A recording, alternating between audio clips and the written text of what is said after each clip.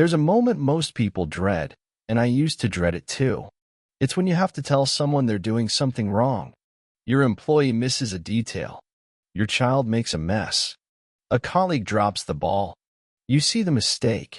You feel the frustration, and you want to fix it. But you know the second you point it out, they'll stiffen. They'll shut down. They'll get defensive. That's human nature. So I started doing something different. Before I give any feedback, before I mention anything that needs to change, I start with this. I offer sincere, specific praise. Not flattery. Not sugarcoating. Real appreciation. Because when someone hears you're doing something well, their mind opens. Their pride is engaged. Their defense is lower. And suddenly, they're ready to listen, not because they're afraid, but because they feel seen. I remember once needing to correct a young speaker who had made a poor impression in front of a group. I could have said, "You really messed that up." But instead, I told him, "You have a powerful presence. The way you hold yourself on stage commands attention. That's something not everyone can do." He smiled. He stood taller. Then I added, "There's one little thing I noticed that might make your message even stronger." Now he was listening. He wasn't crushed. He was inspired. That's the key. When you begin with honest appreciation, you set the stage for growth, not resentment. I've seen managers transform team performance just by doing this. One in particular had a technician who kept skipping small quality checks. The results weren't terrible, but the risk was growing. The manager sat him down and said, "Your attention to detail and setups is one of the best I've seen on this floor. You've saved us time again and again." Then, that's why I was surprised by a couple of checklists I saw missing. "I know that's not like you." The technician didn't push back. He nodded, apologized, and made adjustments the same day. Because he wasn't being attacked, he was being reminded of who he is when he's at his best. That's powerful. It's a small shift, but it makes all the difference. And here's why. People crave recognition. They thrive on being valued. When you give them that, even before offering correction, they don't feel diminished. They feel respected, motivated. I've even used this with strangers. Once, I gave feedback to a waiter in a restaurant who had forgotten part of our order. I said, "You've been incredibly attentive tonight. I can see how much you care about giving good service."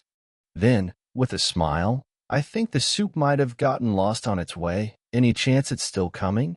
He lit up. "Oh my gosh, I'll get that right away. Thank you for saying that." It's not about being manipulative. It's about being human.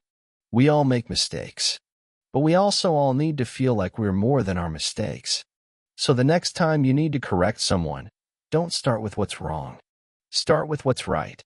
Find something honest to appreciate. Point it out. Make them feel seen. Then, and only then, offer your suggestion. You'll be amazed at how much more willingly people listen and how much faster they improve. Part 2. Talk about your own mistakes first. There's something that instantly softens people, something that makes them more open, more willing to listen, and far less likely to get defensive.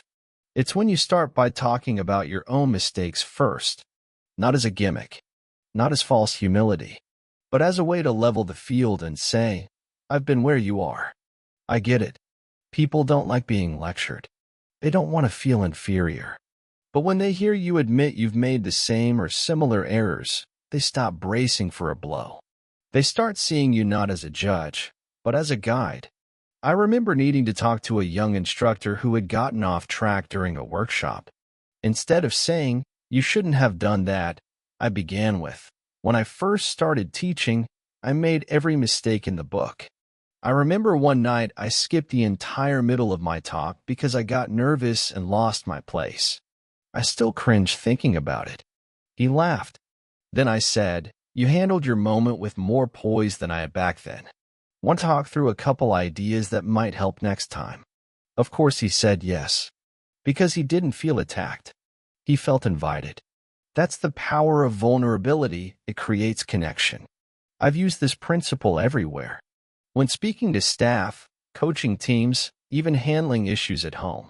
Once, My nephew kept leaving the kitchen a mess after making snacks. My first instinct was to scold him. But instead, I said, "You know, when I was your age, I'd do the same thing. I'd make sandwiches, leave crumbs everywhere, and walk off without thinking." He looked up, surprised. Then I added, "My mom used to remind me that someone else has to clean that up, and it finally clicked. Think you could help me out with this?" He smiled. "Yeah, sorry. I'll get it. No drama. No resistance. Just change." Why? Because I didn't act like I was perfect. I met him at his level. This even works in professional situations where hierarchy is involved. One executive told me how he had to address a repeated budgeting error with one of his department heads. Instead of reprimanding him, he opened with, "I've made budgeting mistakes that cost this company more than I care to admit." It's easy to overlook a line item when you're juggling a dozen things. Then he asked, "Can we look at this one together and tighten it up?" The department head didn't get defensive. He owned it, fixed it, and left the room feeling trusted. When you admit your own flaws, you give others permission to be honest about theirs. You set a tone of growth instead of guilt. It's a simple shift from "here's what you did wrong" to "I've been in your shoes. Let's improve this together." And it changes everything. So the next time you need to correct or guide someone, don't lead with their mistake. Lead with your own. Let them see that you've struggled, too, that you've grown, that you're not there to shame them, you're there to support them. Because people don't need perfect leaders. They need real ones. There's a natural instinct in many of us, especially when we're in charge. Give clear instructions, be firm, and get things done. But over time, I realized that giving direct orders often does the opposite of what we want. It creates resistance. No one likes being ordered around.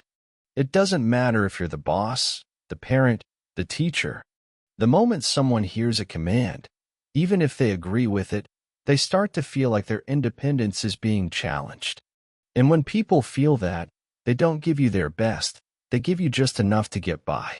Or worse, they push back. So I started changing my approach.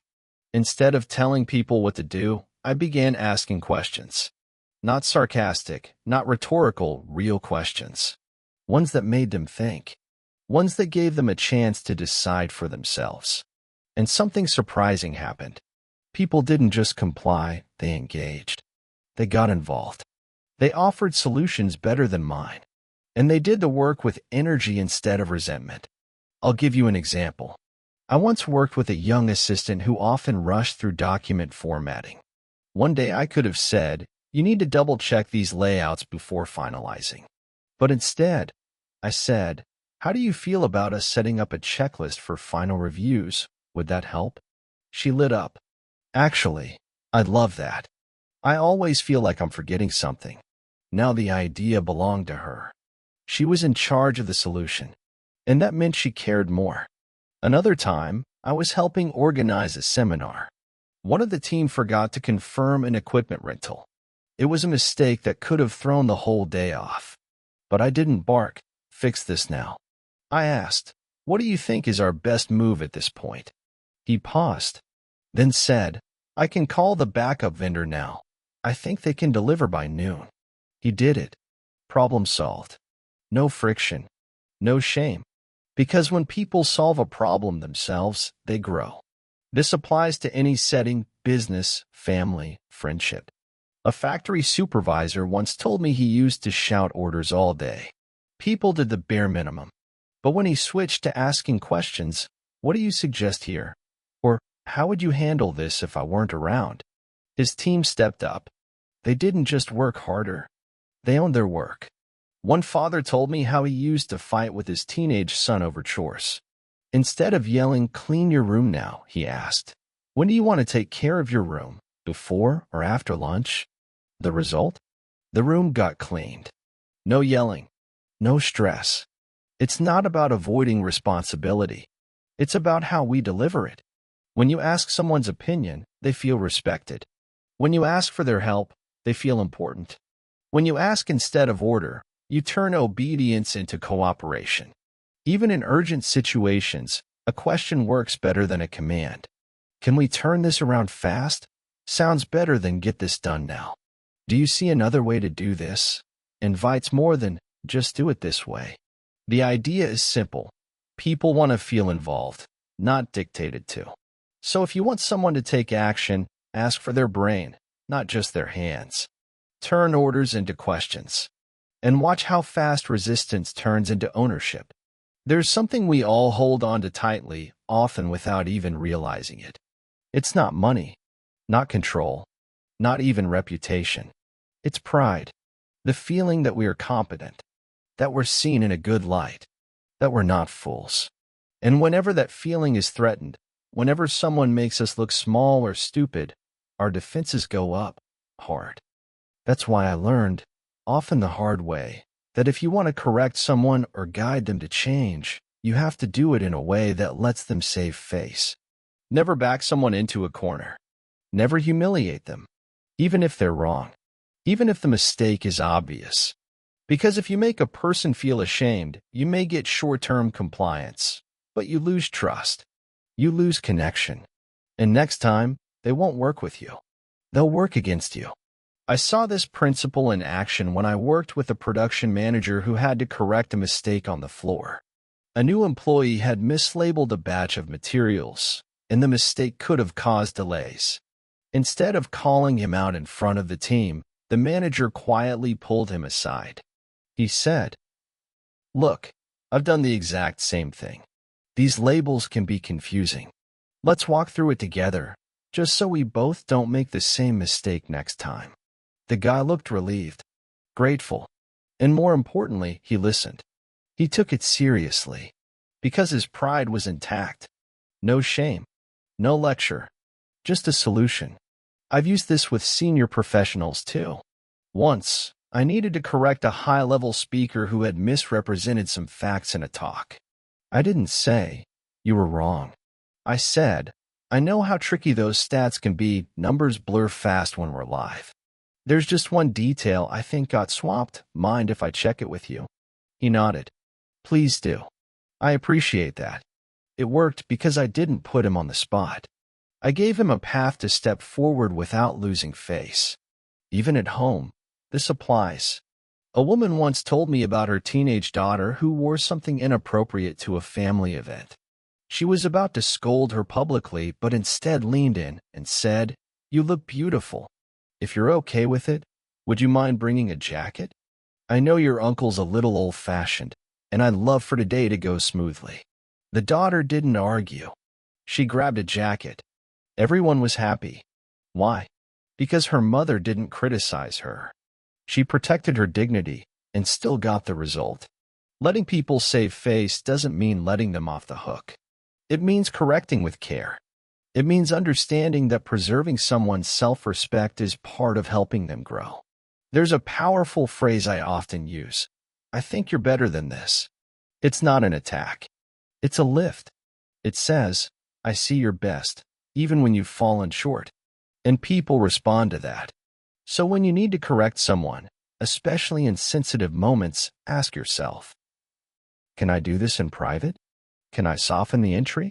Can I preserve their pride while helping them improve? Because if you protect their face, you gain their heart. And that's when real change begins. One of the greatest tools I've ever used to help people change, without pushing, without lecturing, is simple, sincere praise. But here's the key: it has to be specific, and it has to be aimed at progress, not perfection. I learned that people don't respond well to constant correction. It wears them down, makes them feel like they can never get it right. But when someone hears, "You're doing better," or "That's a step forward," they lean in. They try harder. They start believing in themselves again. It's incredible how far a little encouragement can go. I once worked with a young man who was new to sales. He was awkward, nervous, and afraid of making mistakes. On one call, I saw him hesitate, fumble, and nearly give up. But in the middle of that call, he did one thing right. He listened, really listened. And he used the customer's words to respond, calmly and clearly. After the call, I told him, "You're developing a great habit, listening before responding." That's what makes a great salesperson. He looked shocked. I thought I messed that one up. No, I said, you had a moment of real connection, and that matters more than any script. That single compliment stuck with him. He improved rapidly after that. Not because I criticized him into better performance, but because I praised the direction he was going. And I've seen it over and over again. A teacher told me how she used this with a student who never turned in homework. The first time he brought just one assignment, she didn't say, finally. She said, that effort tells me you're starting to take this seriously, and I'm proud of that. He brought another the next week. Then another. Why? Because she noticed the first step and praised it. People don't need to be perfect to be appreciated. They need to feel like they're moving and that someone sees it. Even in the workplace, it makes a difference. A manager had a technician who often worked slowly. After some coaching, the tech shaved 3 minutes off her process. The manager could have said, still not fast enough. Instead, he said, the 3-minute gain? That's momentum. Keep that up, and you're going to lead this team. That praise motivated the technician more than any warning ever had. Because when people are told they're improving, they start wanting to improve. We often forget that the best way to get more of something is to reward it when it shows up, even in small amounts. Praise is fertilizer. It makes growth faster, healthier, and more sustainable. I made it my habit to watch for little wins. A team member who speaks up once after being quiet for months. A child who remembers to hang their coat without being asked. A colleague who follows through on one task a bit better than before. And I say something. Not generic praise. Specific. That was clearer than last time. I noticed you took initiative there. Thank you. You're building great habits.